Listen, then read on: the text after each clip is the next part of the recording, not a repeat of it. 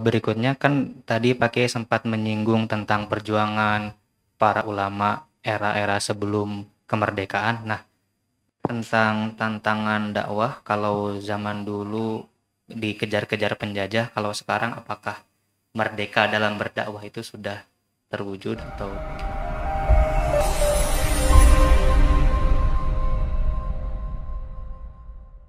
Ya, kita lihat misalkan tentang kegiatan pesantren. Mengapa pesantren dulu itu selalu di kampung, di gunung, di lembur?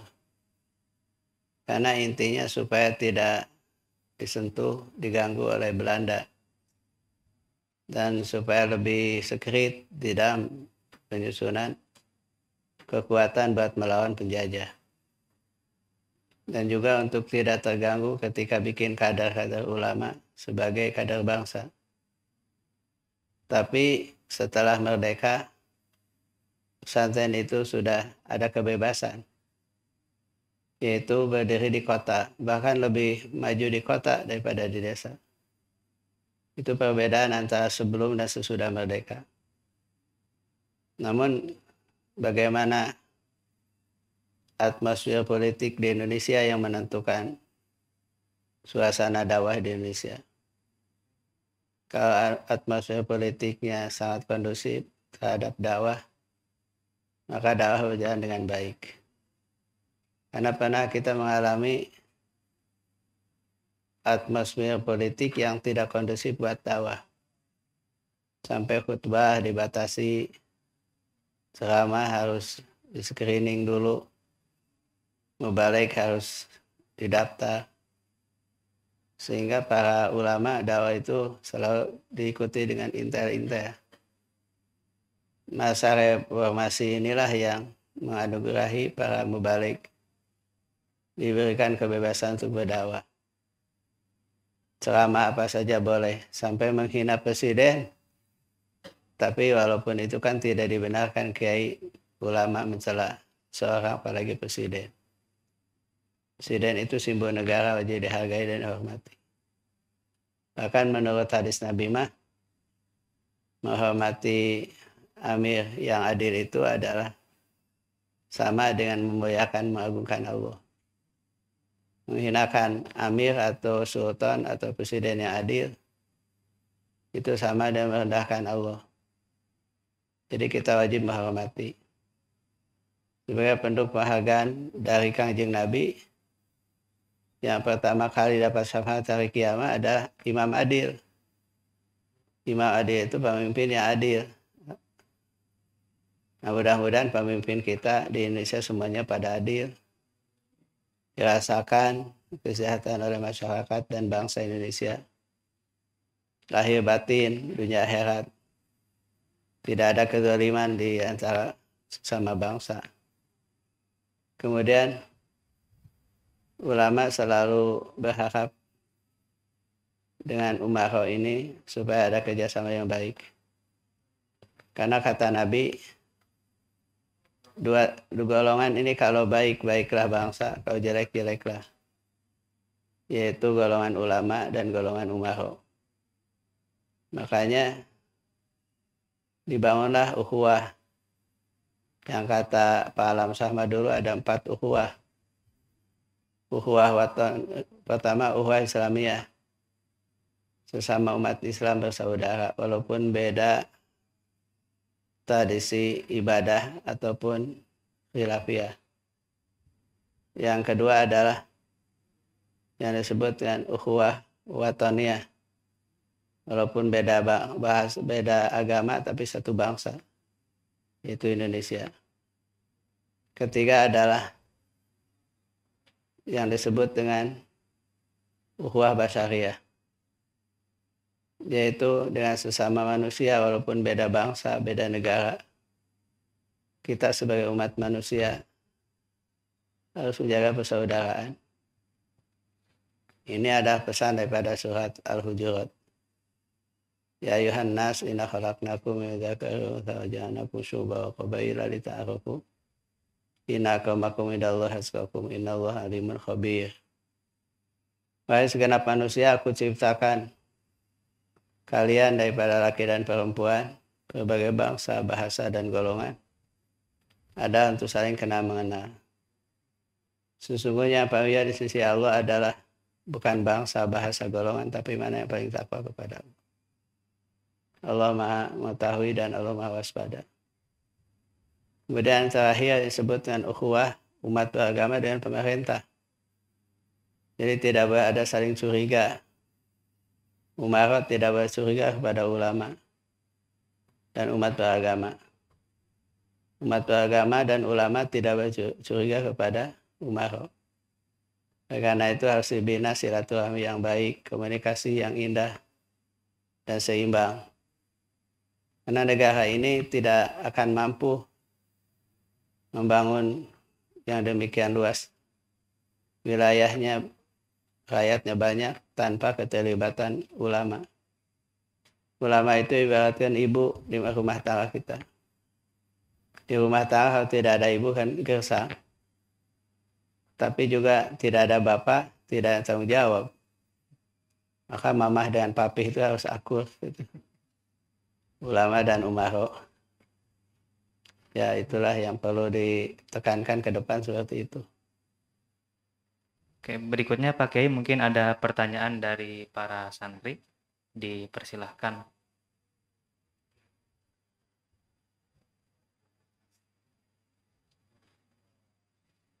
Assalamualaikum Pak Kiai, izin bertanya, apa harapan Pak Kiai bagi negara Indonesia ke depannya?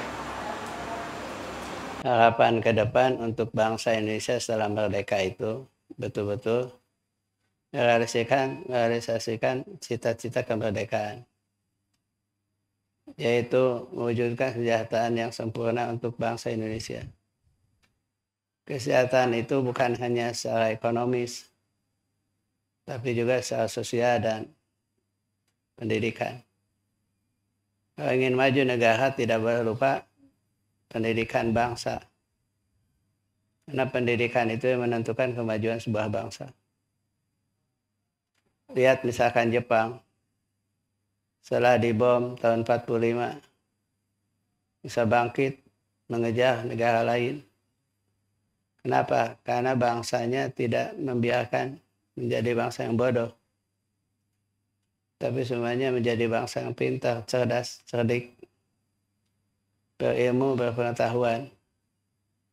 Maka tidak akan ada kemajuan kalau negara dipimpin oleh orang bodoh. Rakyatnya juga bodoh.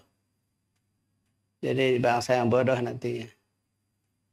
Jadi harapan Bapak Ma ke depan tuh bangsa Indonesia ini harus pada pintar.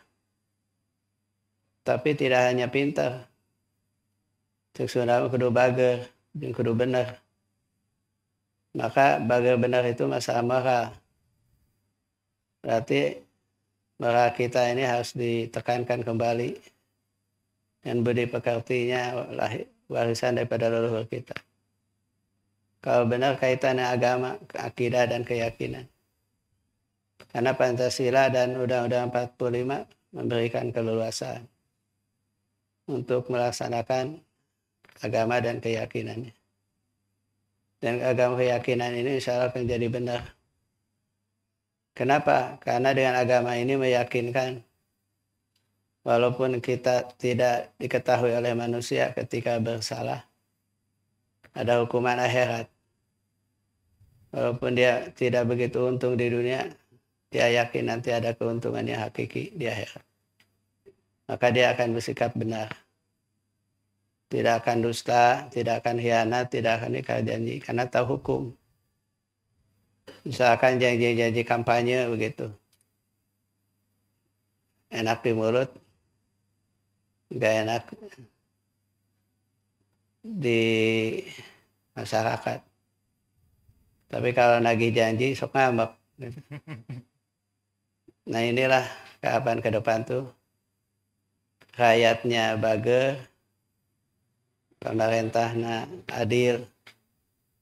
Karena kata Allah dan Al-Quran, walau anna ala qura amanu wattaqau la fatahna alaihim barakatim minas sama'i wal ardh. Kalaulah sebuah penduduk negara itu iman takwa pada Allah, Allah akan turunkan keberkahan langit dan bumi. Artinya Badah Thayyibah Rabbun Ghafur akan lahir di Indonesia. Kalau penduduknya iman takwa dari mulai presiden sampai rakyat jelata semua iman takwa. Kalau tidak iman takwa jangan harap berkah akan turun. Bahkan yang terjadi malapetaka, ujian, cobaan, derita, air mata. Ulah napikeun ka negara Indonesia ini tanahnya subur tapi masyarakatnya miskin dan bodoh lagi. Itu ke depan seperti itu. Oleh karena itu, pendidikan kita harus pendidikan seimbang. Pendidikan dunia akhirat, sains dan agama, lahir dan batin. Seperti bunyi Indonesia Raya saja, bangunlah jiwanya, bangunlah badannya. Jadi bukan badannya dulu, tapi jiwanya. Oleh karena itu, lagu Indonesia Raya itu betul-betul mendidik kita. Bangun jiwa, bangun badan. Kalau kita sudah seperti itu, Indonesia akan segera sejahtera. Harapan kita ini betul-betul sekarang sudah segera take up menuju negara maju. Kalau misalkan negara dipimpin oleh para santri, mungkin korupsinya tidak akan banyak. Kalau santri korupsinya pasti ngagehan batur gitu. Mahawak gitu. Gitu. Ingat karena dosa gitu. Jadi mau coklat kabeh gitu. Ya sekedar ongkos jalan saja gitu. Nah oleh karena itu santri nanti harus jadi pemimpin besar di Indonesia ini. Mendambakan presiden yang betul-betul nyakola jeung nyantri gitu. Komal bisa nyunda mah gitu. Jadi harapan Bapak gitu ke depan tuh presiden kita ini nyakola nyantri nyunda. Ulah kawetan wae gitu. Jika tuh orang Sunda jadi presiden irahal. Mudah-mudahan ada Muhajirin nanti jadi presiden gitu. Amin. Nanya 6.000 santri nggak ada yang jadi presiden di acan. Insya Allah kalau kita berusaha bisa. Maka nanti mah ada kelas khusus calon presiden. Nanti ada kelas khusus ruang Al-Azhar calon ke Mesir. Kelas Casablanca untuk ke Maroko gitu. Nanti ada kelas presiden jadi politikus nantinya. Dipersiapkanlah sekarang gitu. Terus apa lagi? Berikutnya ada dari santri kesempatan untuk bertanya. Silakan. Assalamualaikum. Izin bertanya, oke. Apa cara terbaik bagi kita sebagai santri dan masyarakat umum mensyukuri nikmat kemerdekaan?